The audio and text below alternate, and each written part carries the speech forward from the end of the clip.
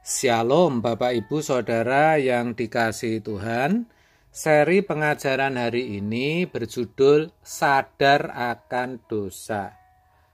Saudara, sadar atau insaf dalam arti memahami pengertian dosa itu penting bagi setiap orang percaya.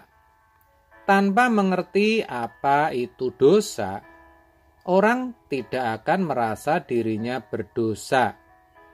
Dan akibatnya iman atau percayanya kepada Tuhan juga pasti akan salah. Tetapi untuk memahami akan dosa itu sendiri dibutuhkan Roh Kudus. Kenapa? Karena hikmat dunia tidak akan pernah memberikan pengertian yang benar akan dosa. Itulah sebabnya dikatakan dalam Yohanes 16 ayat 8-9 demikian.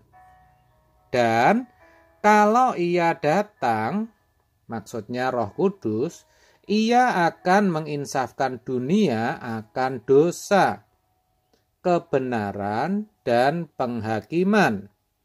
Akan dosa karena mereka tetap tidak percaya kepadaku.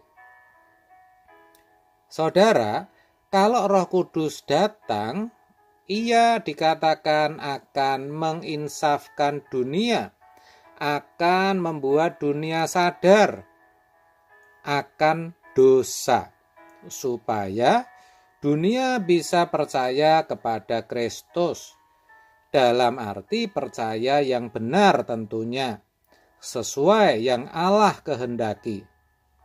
Saudara, dalam banyak ayat di Perjanjian Baru, untuk kata dosa itu sendiri, banyak dipakai kata hamartia dalam teks aslinya, yang artinya luncas, meleset, atau tidak tepat sasaran dengan kehendak Allah, dengan pikiran dan perasaannya. Saudara, akan lebih mudah memahami hal itu ketika kita mengingat kejatuhan manusia, di mana hanya karena persoalan yang sebenarnya bisa dikatakan sederhana, walaupun akibatnya tidak sederhana, yaitu ketika yang Allah kehendaki adalah manusia tidak memetik dan memakan buah dari pohon pengetahuan yang baik dan yang jahat. Tetapi yang dilakukan manusia meleset, tidak tepat sasaran, atau tidak sesuai kehendak Tuhan. Yang Tuhan kehendaki, yang Tuhan mau, manusia tidak hanya tidak memakan buah itu, tetapi meraba pun jangan. Jadi sekali lagi, dosa itu meleset atau tidak tepat sasaran. Orang dunia tidak bisa memahami akan hal ini. Mereka berpikir yang namanya dosa itu membuat orang tidak lagi bisa berbuat baik dan menjadikan manusia makhluk bejat atau bengis, serta tidak bisa diperbaiki lagi. Padahal yang namanya meleset kan tidak demikian. Akibatnya, karena kebanyakan orang, termasuk orang Kristen, tidak bengis, tidak bejat, tidak membunuh, tidak mencuri, tidak berzina, maka mereka merasa tidak berbuat dosa atau sudah tidak berbuat dosa. Kalaupun ada rasa tidak suka, merasa tahu, pura-pura, atau misalnya tidak membangun relasi yang baik dengan Tuhan, dalam arti tidak berdoa secara teratur, itu dipandangnya bukan dosa. Padahal itu semua tidak tepat atau meleset atau tidak sesuai dengan kehendak Tuhan. Dan itu dosa. tetapi mereka tidak mengerti kalau itu dosa. Dan itu membawa dampak yang lebih dalam lagi, yaitu seperti dituliskan dalam Yohanes 16 ayat 9 tadi.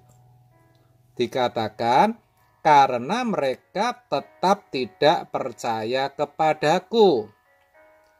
Nah, saudara, tidak memahami pengertian dosa membuat orang tidak percaya kepada Tuhan Yesus. Tidak percaya kepada Yesus yang berkata, haruslah kamu sempurna seperti Bapamu yang di surga juga sempurna. Matius 5 ayat 48. Mereka berpikir sempurna seperti Bapa itu identik dengan menyamai Bapa yang maha dalam segalanya. Kan salah itu, saudara. Padahal yang dimaksud sempurna seperti Bapa adalah sempurna seperti yang dikehendaki Bapa.